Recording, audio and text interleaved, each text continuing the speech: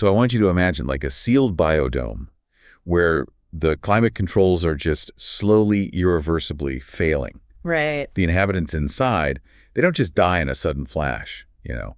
Instead, they adapt. They turn on each other. Yeah, it's a slow burn. Exactly. They cling to the old ways, and they fight this really desperate, losing battle against an environment that simply will not support them anymore. And honestly, that psychological collapse is far more devastating to witness than just like a sudden physical one. I mean, when an ecosystem realizes its own irrelevance, the survival mechanisms that once kept the community alive start tearing it apart from the inside. Totally. And welcome to this deep dive into the source material, where our mission today is to unpack the intricate, honestly tragic web of characters that make up the Linde Gang from Red Dead Redemption 2. Yeah, and for you, the listener, we really need to lay down a marker right away. Sure. Because this is not just a recap of video game lore. What we have in front of us is a masterclass in group dynamics, in leadership, and just how communities cope when their entire way of life is threatened by the unstoppable march of technology and civilization. Right, because the documents we're looking at, they provide this sweeping character study of a moving, breathing society. It really is. We are looking at a collective of outcasts actively struggling to survive the literal death of the Wild West. Okay, let's unpack this. Because the sources we have today don't just list off a roster of outlaws with bounties on their heads. They reveal a fragile ecosystem built on the backs of idealists, survivors, and absolute wildcards. Yeah, wildcards is definitely the right word for some of them. Right. And to understand how a complex biodome like this ultimately collapses, we have to examine the people who designed it, the architects of the dream. Yeah. And that begins with Dutch van der Linde and Hosea Matthews. So the foundation of this entire gang really rests on the symbiotic relationship between those two men. And their origin story, it sets the tone for the entire enterprise. Like, they formed the gang after attempting to swindle each other at the exact same time. Which is just hilarious. It is. It establishes this baseline of mutual respect built entirely on criminality.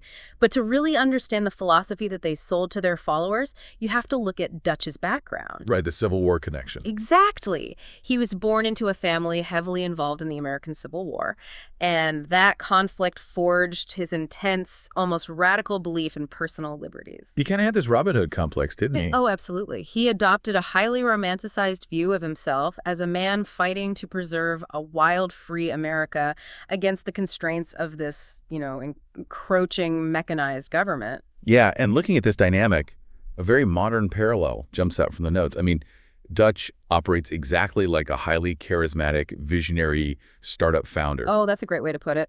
Right. He has this grand, disruptive mission to change the world and the magnetic personality to draw desperate people into his orbit. But he is constantly on the verge of flying off the rails. Completely. And Hosea, on the other hand, is the master con artist valued for his wisdom. Yeah. Like, Hosea is the pragmatic COO. He's the one desperately trying to keep the visionary founder grounded in operational reality. Yeah, because the visionary needs the pragmatist to survive. I mean, Dutch provided the sweeping rhetoric that made the gang feel like a righteous movement. Right. But Hosea provided the logistical sanity that actually kept them out of the hangman's noose. But see, looking at the sheer trail of destruction this gang leaves across the country, I have to question the core premise of Dutch's philosophy. Yeah, it gets messy. Really messy. The sources detail all this high-minded rhetoric about freedom and helping the outcasts of society. But how much of that was a genuine, deeply held belief, and how much was just a convenient, elaborate excuse for Dutch to play the outlaw king? Well, if we connect this to the bigger picture, the answer reveals itself the moment that foundational leadership structure breaks. The St. Denis Bank heist. Exactly. The sources point out that Hosea is killed during that disastrous heist, and his death acts as the catalyst for the entire collapse. That's the tipping point. It really is. Without Hosea's wisdom to anchor him, Dutch's mental state rapidly deteriorates. The whole Robin Hood illusion just shatters the second he faces real adversity from the U.S. government. So he didn't actually believe it himself. It suggests that Dutch lacked the internal moral compass to sustain his own myth. He required Hosea's external validation to keep his darker impulses in check. Wow. Which brings us to the ultimate victim of that illusion, really. Mm-hmm.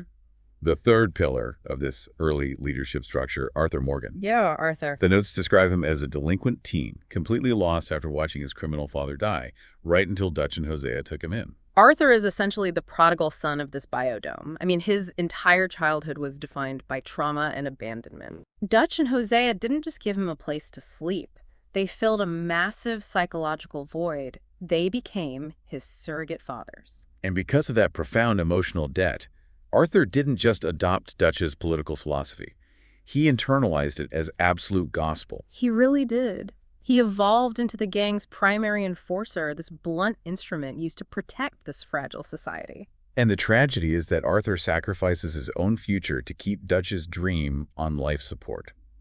Like, the sources mention he had a chance at a normal life with a woman named Mary Gillis, but the outlaw lifestyle drove her away. Right. And he even fathered a child with a woman named Eliza, only to have both of them murdered by bandits over basically nothing.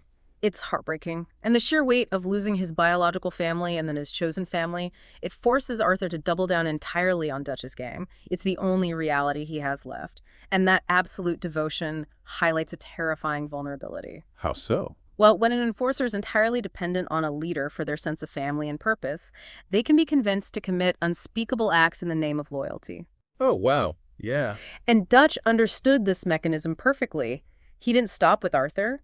He actively sought out other vulnerable, disenfranchised people to build out his army. Right, because a visionary leader is nothing without a workforce willing to execute the vision. Exactly. So we are moving from the architects to the enforcers, this incredibly diverse cast of characters who bought into the dream for very different reasons.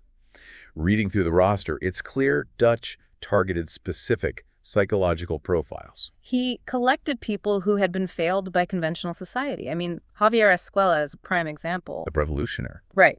Javier was deeply involved with revolutionaries in Mexico fighting a corrupt government. And after assassinating a powerful military official, he fled to the U.S. and literally bumped into Dutch while he was starving. Talk about timing. Seriously. Yeah. Javier was desperate for a new crusade, and Dutch's rhetoric about fighting the power structure gave Javier a place to channel that revolutionary zeal. Okay, I understand how a revolutionary looking for a fight fits into an outlaw gang. But I'm looking at Charles Smith and Lenny Summers in these notes, and they seem incredibly grounded. Yeah, they do stand out. Right. Charles is a man of mixed African-American and Native American heritage whose family was destroyed by the U.S. Army. And Lenny is this educated young man who went on the run after his father was murdered in a racially motivated attack. Right. The sources describe Charles in particular as having a strict moral code, like refusing to kill unnecessarily. Okay. So how does a lawless, violent gang maintain members who hold on to their morality? Well, it comes back to Dutch's manipulation. Dutch compartmentalized his messaging to fit the psychological needs of the recruit. Oh, that makes sense. Right. To Javier, he offered a revolution. To Lenny, he offered paternal protection from a racist society. And to Charles, he offered a moral sanctuary. A community that supposedly operated outside the corrupt laws of the nation that destroyed his family. Exactly. Charles tolerated the illegality because he genuinely believed the gang was a more honorable alternative to the U.S. government. Here's where it gets really interesting. Because right next to these honorable outcasts seeking sanctuary, you have Micah Bell. Ugh, Micah. Yeah, and Micah shatters that entire illusion of the noble outlaw. Oh, completely. Micah Bell operates on a completely different frequency. He comes from a lineage of cutthroats, having run with his own father as a partner in crime. Right, he's not an idealist. Not at all. He has no interest in high-minded ideals or societal sanctuaries. He joined simply because he intervened in a sour deal over stolen gold and saved Dutch's life. See, the text explicitly notes that almost everyone in the camp actively despises Micah. With good reason. So I have to pose a direct challenge to this dynamic. Why would a leader who constantly preaches about loyalty, honor among thieves, and protecting the vulnerable deliberately keep a universally hated, toxic wild card like Micah around? It's a great question. Was Dutch secretly craving a ruthless enforcer who wouldn't question his darker, more violent impulses? That cuts to the absolute core of Dutch's psychology.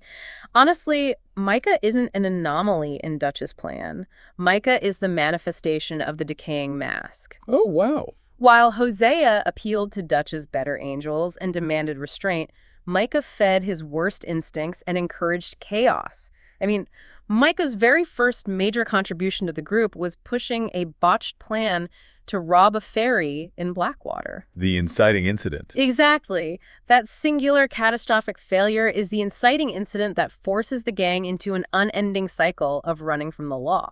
So Micah introduces a poison into the biodome that they can never filter out. That's a perfect way to describe it. Yeah. And the stark contrast to Micah is John Marston. Right, another surrogate son. Yeah, John is a core member whose trajectory runs parallel to Arthur's, but John actually recognizes the toxicity spreading through the camp. John ultimately just wants to build a lifeboat. He wants out. He wants to escape the violence and settle down at a place called Beecher's Hope with his family. But the rot Micah brings into the gang's dynamic makes a clean escape impossible. Because John goes after him. Right. John's eventual need for revenge against Micah for betraying the family is the exact action that brings the government, specifically Agent Ross, right to John's doorstep as a rancher. Wow, so the violence is inescapable. Even when you try to excise the tumor, the surgery itself kills you. Exactly. But moving beyond the gunman, an ecosystem like this cannot survive on ideology and shootouts alone. Definitely not. An outlaw gang of this size requires a staggering amount of invisible labor. You need an infrastructure to keep the community fed, clothed, and moving. It's so crucial to recognize the forgotten members of the camp who provided that life support. I mean, this was not just a roving band of bandits sleeping in the dirt. It was a highly complex, self-sustaining community. Right. The gunmen gather the resources, but the infrastructure team process them into survival. Exactly. So who is actually managing the daily operations of this moving society? Well, Susan Grimshaw is the linchpin of the camp's logistics. As one of the original members, she serves as this fierce maternal caretaker. Every time the gang flees the authorities and establishes a new hideout, Susan organizes the chaos into a functioning settlement. That's a huge job. It is. And then you have Simon Pearson, this retired U.S. Navy veteran who fell into financial ruin. He operates as the camp cook and quartermaster, taking raw materials and crafting them into usable gear and sustenance. And beyond the logistics, the notes highlight characters like Mary Beth Gaskell, who utilizes this gentle bookworm persona to excel as a pickpocket. Oh, she's brilliant. Right. And then Sadie Adler, whose character arc is just a profound study in adaptation. Yeah, Sadie's transformation is this incredibly mechanical look at how trauma weaponizes a person. Because she didn't choose this life. No, she didn't seek out the outlaw life at all. She was a content rancher in a stable marriage. But when the rival O'Driscoll gang murders her husband and destroys her home, she is pulled into Dutch's orbit. And she changes completely. She does. Over time, she doesn't just heal from her grief. She hardens into a fierce, highly capable enforcer. She completely adapts to the violence of her new environment, even eventually taking command of the entire camp when the core leadership is stranded in Cuba. Because she recognized that in this specific biodome, you either become a predator or you remain prey. Precisely. But looking at the mechanisms that keep this camp running, there is a glaring hypocrisy in the source material that we really have to address. Oh, I think I know where you're going with this. Dutch preaches relentlessly about fighting corruption and protecting the little guy, right? Yet the camp relies heavily on Leopold Strauss, an Austrian loan shark and bookkeeper. So how does a gang that claims to be a righteous alternative to a corrupt society justify employing a man who literally preys on the desperate and the poor? What's fascinating here is the sheer cognitive dissonance required to maintain the gang's illusion. It's massive. It is. Strauss's presence is the undeniable proof that the whole Robin Hood philosophy was financially impossible. Because it doesn't pay the bills. Right. A community of that size cannot survive on the occasional bank robbery. It requires steady income, and Strauss provides it through brutal parasitic means. Yeah. He sends Arthur out to physically beat debts out of vulnerable people, a practice that eventually disgusts Arthur so deeply he actually banishes Strauss from the camp. And the poetic irony of Strauss's role is just incredible. It is the defining mechanical trigger for the climax of the narrative. The enforcement of Strauss's corrupt practice is exactly what signs Arthur's death warrant. Right, Thomas Downs. Yes, Arthur contracts tuberculosis after violently beating a desperate debtor named Thomas Downs, and that fatal diagnosis strips away the physical invincibility Arthur relied on. It forces this profound moral awakening. It's wild that the worst thing the gang does is what ultimately gives Arthur the clarity to see through Dutch's lies. Exactly. It forces Arthur to realize the biodome is fundamentally toxic. And to add another layer of complexity, the notes mention that Strauss, the man running this parasitic operation, he's captured by the Pinkertons after being banished. But he refuses to cooperate. He literally dies under interrogation, protecting the very people who threw him out. Which proves that loyalty in this ecosystem doesn't align with traditional morality. The lines between righteous and corrupt just completely blur. They do. And as those internal contradictions mount, combined with the relentless external pressure from government agents and rival gangs, the structural integrity of the community just begins to buckle. The climate controls have failed. The air is turning toxic. And this leads to the horrific unraveling of the Vanderlyn family. Yeah, this part is really grim. It is. The source material details a series of devastating casualties, and reading through them, it's clear these aren't just tactical losses. They are psychological hammer blows that systematically destroy the gang's sense of safety. And the nature of the deaths dictates the psychological toll. I mean, take Kieran Duffy. Oh, that was rough. He was an orphan coerced into riding with the rival O'Driscoll gang before Dutch captured him. But despite terrible mistreatment, Kieran earned his place as a loyal member of the camp. But his past catches up.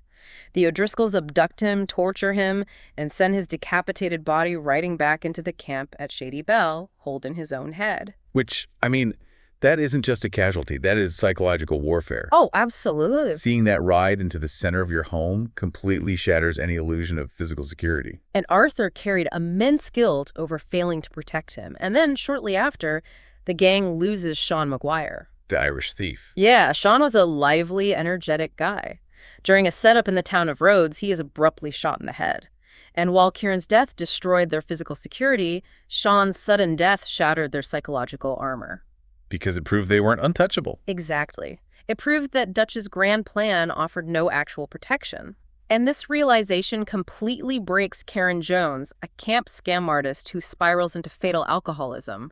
She's just unable to cope with the evaporation of their invincibility. They are losing people to bullets, but they're also losing people to the overwhelming emotional toll of the violence. I mean, the paranoia is suffocating them. And that paranoia leads to the complete collapse of their social contract, culminating in the tragedy of Molly O'Shea. Right. Molly was Dutch's lover, but as his mental state fractured, he entirely isolated her. So desperate for attention and deeply hurt by his neglect, she gets drunk and falsely claims she sold the gang out to the Pinkertons. She weaponized the one thing that would guarantee a reaction. She did. But in an environment entirely consumed by suspicion, a lie like that is lethal. Yeah. Susan Grimshaw, the logistical backbone of the camp, executes Molly with a shotgun on the spot for a betrayal that never actually happened. So what does this all mean? When I analyze this collapse, it feels like a startup burning through its runway. The external market, the Pinkertons, the U.S. government, they didn't bankrupt them. Right. Their internal operating costs, the paranoia, the friendly fire, the betrayal, it simply became too high to sustain. I mean, Yeah. Susan executes Molly over a lie. Susan herself is later murdered by Micah when she realizes he is the actual informant. Yeah. So did this gang fail because the modern world finally caught up to them? Or did they implode because human beings just cannot survive under the weight of such an impossible mythical standard? This raises an important question about causality. I mean, the evidence heavily suggests the implosion was structural and internal. Really? Yeah. The modern world provided the external pressure, certainly. The Pinkertons were relentless. But the fracture happened along internal fault lines. Right, starting with Hosea. Exactly. The loss of Hosea's stabilizing influence removed the guardrails, and Micah's unchecked toxicity poisoned the well. They didn't fall to an outside army. They tore each other apart, trying to survive in a failing environment. The inhabitants smashed the glass of the biodome themselves. Exactly. And the most poignant proof of that lies in the fates of those who survived. The characters who stubbornly clung to Dutch's violent rebellion, like Javier, Bill Williamson, and Dutch himself, they all met violent, tragic ends. But the others adapted. Yes. The members who recognized the ecosystem was dead and chose to adapt found a way out. The source material highlights Tilly Jackson and Mary Beth. Tilly was an outlaw from the age of 12, but after Arthur urges her to leave, she integrates into modern society, marrying a lawyer in San Denis. Right. And Mary Beth abandons her life as a pickpocket to become a successful romance novelist. They recognized that the war was over. By letting go of Dutch's doomed crusade, they achieved the exact freedom that Dutch spent his entire life violently chasing but could never actually grasp. And that profound realization is why we brought this deep dive to you today. This narrative stretches far beyond the lore of a fictional outlaw gang. It really does. It serves as a stark warning about the dangers of surrendering your moral compass to charismatic leaders who sell comforting but impossible myths. It highlights the incredible resilience found in chosen families, but more importantly, it underscores the absolute necessity of adapting to a changing reality rather than fighting a war that history has already decided. It forces us to examine our own survival mechanisms. And before we close, I want to leave the listener with a final thought concerning the architect of this tragedy. Such. Yeah. We established earlier that Dutch's identity was entirely forged in the oppositional conflict of the Civil War. He defined his own existence by the enemies he fought against. He was a man biologically wired for a fight. Exactly. So consider this. If Dutch was entirely dependent on the struggle to maintain his sense of self, did he ever truly desire a peaceful sanctuary for his followers? Oh, wow. If the gang had somehow outrun the law, traveled to an untouched paradise, and achieved total freedom, would Dutch have simply burned it to the ground himself just to guarantee he still had an enemy to fight? That is a chilling implication. I mean, if the climate controls in the biodome had worked perfectly, he would have poisoned the air just so he could lead the escape. Well, that psychological blind spot is something that will definitely linger with me long after we wrap up today. Thank you for joining us on this deep dive into the source material. We hope this exploration into the complex, tragic collapse of the Linde Gang encourages you to look closer at the narratives, the communities, and the leaders shaping the world around you. Until next time, keep questioning the myths you're told.